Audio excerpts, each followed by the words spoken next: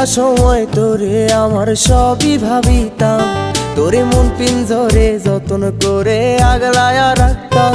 তোর হাসি মুখের ছবি দেখা দুঃখ পুষাইতাম, তুই কানলে পরে কেমন করে হারায়া যাইতাম।